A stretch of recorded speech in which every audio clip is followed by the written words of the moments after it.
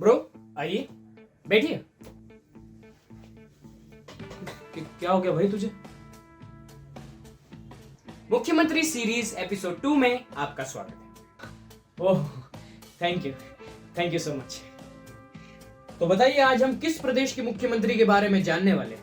आपका शो है, आप बताइए किसके बारे में जानना चाहेंगे। ये भी ठीक है। चलिए छत्तीसगढ़ के मुख्यमंत्री भूपेश बघेल के बारे में बात कर लेते हैं। ठीक है, फिर चलिए शुरू करते हैं। पिछड़े वर्ग से आने वाले भूपेश बघेल मूल रूप से किसान हैं। वे एक संपन्न किसान परिवार से आते हैं। उनके पूर्वजों ने भिलाई स्टील प्लांट के लिए अपनी अच्छी खासी जमीन दे दी थी। पढ़ाई से उन्हें कुछ खास लगाव था नहीं, लेकिन हाँ राजनीति से था। आज भूपेश बघेल की छवि पूरे प्रदेश में एक तेज तर्रार और तीखे तेवर वाले नेता की है। वे जब भी प्रदेश में दौरे पर निकलते हैं तो कांग्रेस के युवा कार्यकर्ता नारे लगाते हैं, देखो देखो कौन आया, छत्तीसगढ़ का शेर आया।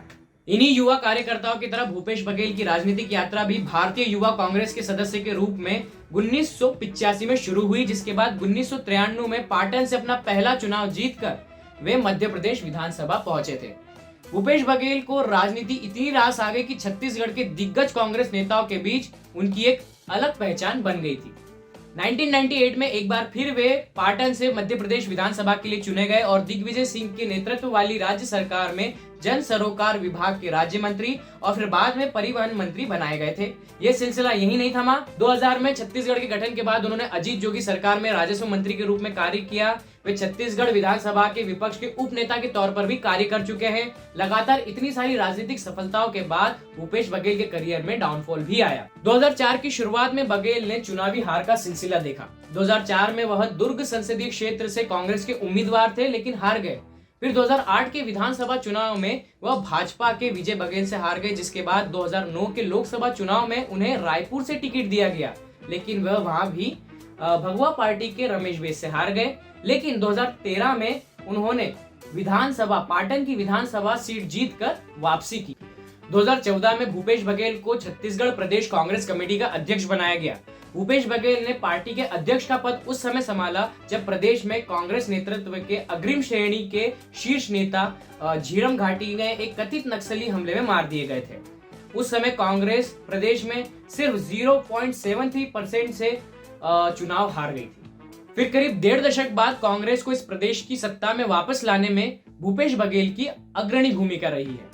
2018 के विधानसभा चुनाव में जीत के बाद भूपेश बघेल ने छत्तीसगढ़ के तीसरे मुख्यमंत्री के रूप में शपथ ग्रहण किया। अब मुख्यमंत्री भूपेश बघेल ने कांग्रेस के राष्ट्रीय स्तरीय नेताओं के बीच भी अपनी अलग पहचान बना ली है भाई।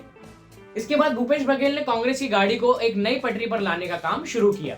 फिर चाहे वह राशन कार्ड में कटौती का मुद्दा हो या किसानों की धान खरीदी और बोनस का मुद्दा हो, वह नसबंदी कांड का विरोध हो या फिर चिट फंड कंपनियों के पीड़ितों के साथ खड़े होने का मामला हो, उन्होंने कांग्रेस को आंदोलनों के लिए सड़क पर उतार दिया।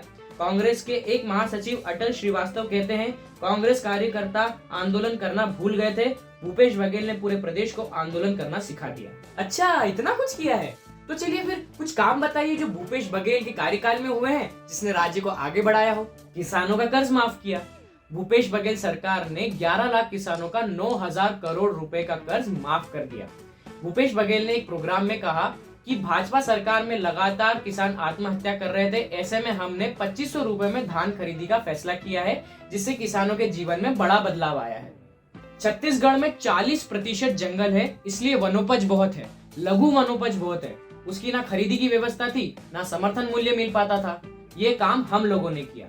अब जो उपज होती है उसकी खरीदी की व्यवस्था की। पहले 7 प्रकार की लघु वनोपज खरीदी जा रही थी, लेकिन अब 67 प्रकार की लघु वनोपज खरीदी जा रही है और इसमें वैल्यू एडिशन भी हो रहा है। पहले तेंदुपत्ता 2500 रुपए प्रति मानक बोरा के दर से खरीदा जाता था और अब 4000 रुपए प्रति मानक बोरा के दर से खरीदा जाता है।